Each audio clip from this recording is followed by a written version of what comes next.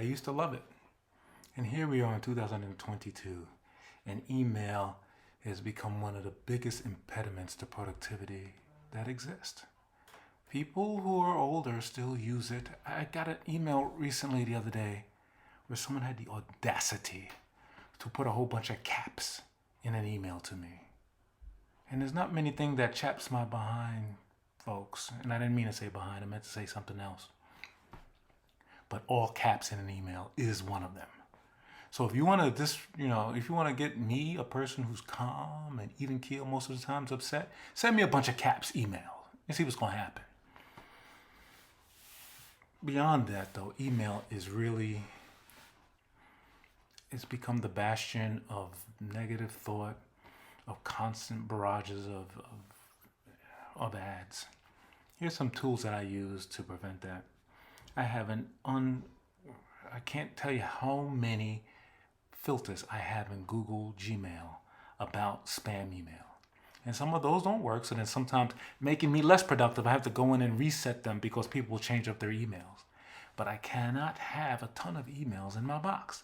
I know there's this thing about email infinity, where people just have every single thing in their inbox.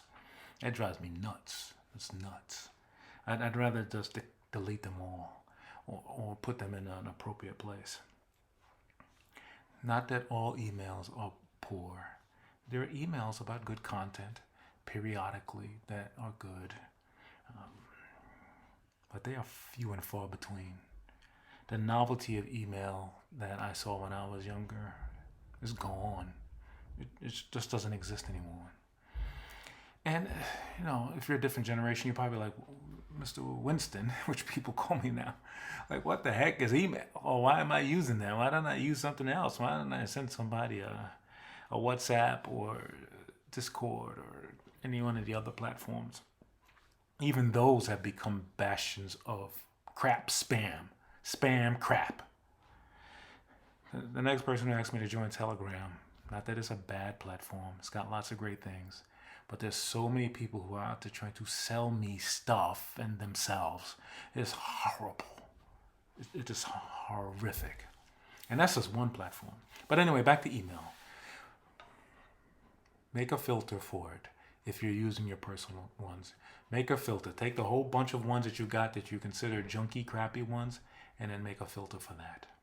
If you're using Outlooks, go in and use rules and put those in appropriate folders or delete them. Many of us on our day-to-day work, we get systemic emails that have got nothing to do with us. It's just someone sending us a notification about something. That's a topic for a separate episode. Notifications. But those are a couple of ways to combat email. The other one, you probably heard this a lot, is that when you process it, touch it once. So don't sit there and let it linger in your inbox. And so if you're going to archive it. If you're going to respond to it, if it takes less than a minute or two to respond back to it, respond back to it. If it's not pertinent to you, then delete it.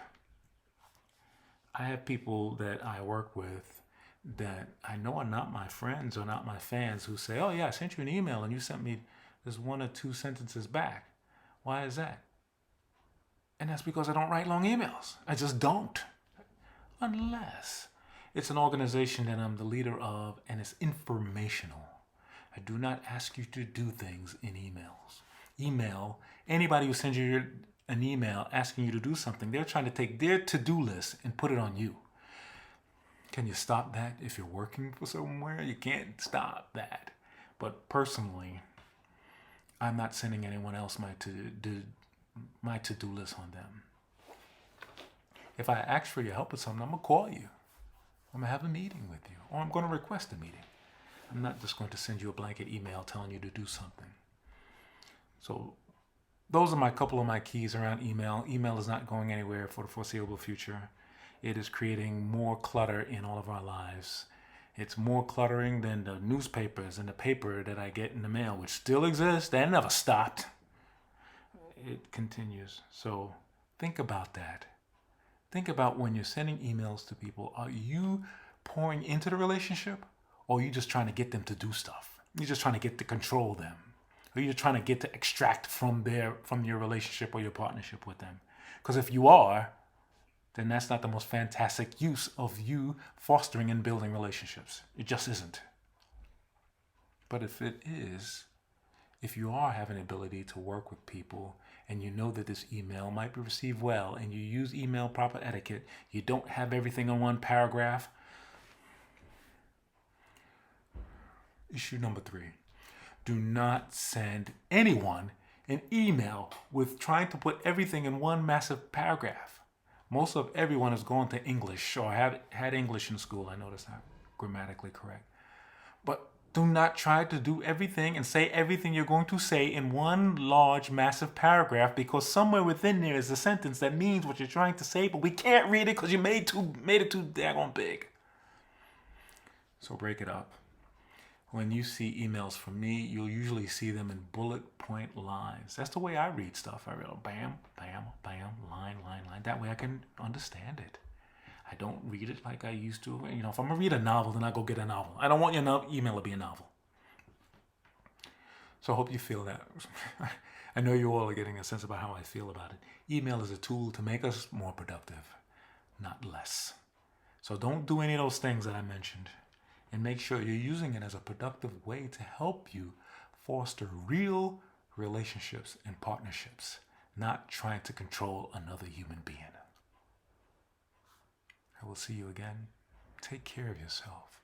Make sure that every moment that you're being productive, you're doing it not only for yourself, but for those that you love. This is Winston with Time Leadership and the Time Busters too.